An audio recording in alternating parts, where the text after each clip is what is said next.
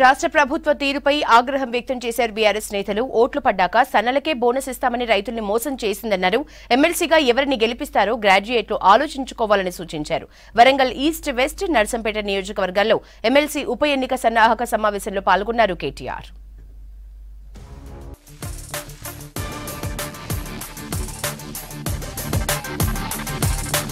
అన్ని రకాల వడ్లకు బోనస్ ఇవ్వాలని డిమాండ్ చేశారు మాజీ మంత్రి హరీష్ రావు.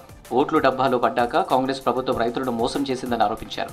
సన్నెలకే బోనస్ ఇస్తామని కాంగ్రెస్ ప్రభుత్వం చేతులెత్తేసిందని విమర్శించారు. జూన్ నెలలో 7,500 రూపాయలు రైతు భరోసా డబ్బులు ఇవ్వాలన్నారు. సిద్దిపేట జిల్లా చిన్నకోడూరు మండల కేంద్రంలో వడ్ల కొనుగోలు కేంద్రాన్ని పరిశీలించి రైతుల సమస్యలు అడిగి తెలుసుకున్నారు హరీష్ రావు. మాకు పండేటియే దొడ్డు వడ్లు, రూపాయికి 95 పైసలు దొడ్డు వడ్లే ఉంటాయి. 5 పైసలు ఇంటి మందం 5 దొయ్యలో 10 దొయ్యలో పెట్టుకుంటాం.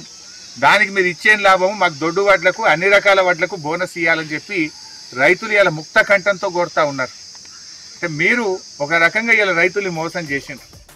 ఎమ్మెల్సీ ఉప ఎన్నికలో గెలుపుతో ప్రభుత్వానికి భయం పుట్టించగలమన్నారు మాజీ మంత్రి కేటీఆర్. ఇప్పుడు రాష్ట్రానికి కావాల్సింది రేవంత్ బాజా బజాయించే వాళ్ళని, ప్రభుత్వానికి బాగా ఊదేటోళ్లు కాదన్నారు. ఎమ్మెల్సీగా ఎవరిని గెలిపిస్తారో గ్రాడ్యుయేట్ ఆలోచించుకోవాలని సూచించారు. వరంగల్ ఈస్ట్, వెస్ట్, నర్సంపేట నియోజకవర్గాల్లో ఎమ్మెల్సీ ఉప ఎన్నిక సన్నాహక సమావేశంలో పాల్గొన్నారు కేటీఆర్. మీ అందరితో ప్రార్థనల్లో ఒకటే, సరిగ్గా 6 నెలల కిందట నవంబర్ నెలలో ఎలక్షన్ జరిగినప్పుడు మేమందరం కూడా వచ్చినాం. కేసీఆర్ గారితో సహా బీఆర్ఎస్ పార్టీ నాయకులు ఇంటింటికి వచ్చినారు. చెప్పి మీ అందరికి చెప్పినారు, వచ్చి దయచేసి మోసపోకండి, మోసపోతే గోసపడతాం, తెలంగాణ మళ్ళీ 10 ఏళ్ళు వెనుకపోతుంది, దయచేసి మోసపోకండి అని చెప్పి ఇంటింటికి వచ్చి దండం పెట్టినారు. కానీ ఇప్పుడు ఏ రకమైన మార్పు వచ్చింది తెలంగాణలో అనేది విద్యావంతులైన మీరు, విఘ్నులైన మీరు, విచక్షణతో ఆలోచించే మీరు దయచేసి ఆలోచించాలని చెప్పి నేను కోరుతా ఉన్నాను.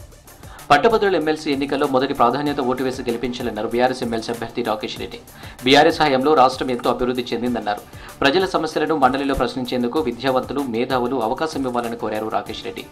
రేపు నేను ఎమ్మెల్సీగా గెలిస్తే మన వరంగల్ గెలిచినట్టు, నేను గెలిస్తే మన యువత గెలిచినట్టు, నేను గెలిస్తే మన విద్యావంతులు గెలిచినట్టు, నేను గెలిస్తే ఇక్కడ ఉన్నటువంటి మా విద్యార్థి సోదరులందరూ కూడా గెలిచినట్టు.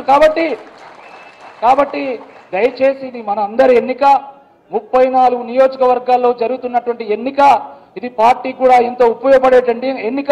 కాబట్టి మీ అందరినీ కూడా విజ్ఞప్తి చేస్తున్న, మన నగరంలో 60,000 ఓట్లు ఉన్నాయి.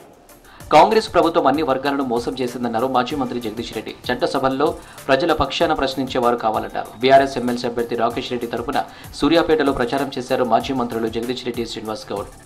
ఇవాళ కావాల్సింది కొట్లాడేవాళ్ళు, ఇవాళ కావాల్సింది చట్టసభల్లో ప్రజల సమస్యలు వినిపించేవాళ్ళు. అందుకే మరి బీఆర్ఎస్ పార్టీ అభ్యర్థి ఉన్నత చదువుకొని యువకుడైన అభ్యర్థి అన్ని వర్గాల సమస్యలు తెలిసినవాడు కాబట్టి తప్పకుండా ఆయన గెలిపించుకోవడం ద్వారానే మా సమస్యలన్నీ మేము శాసనమండలిలో వినిపించడానికి.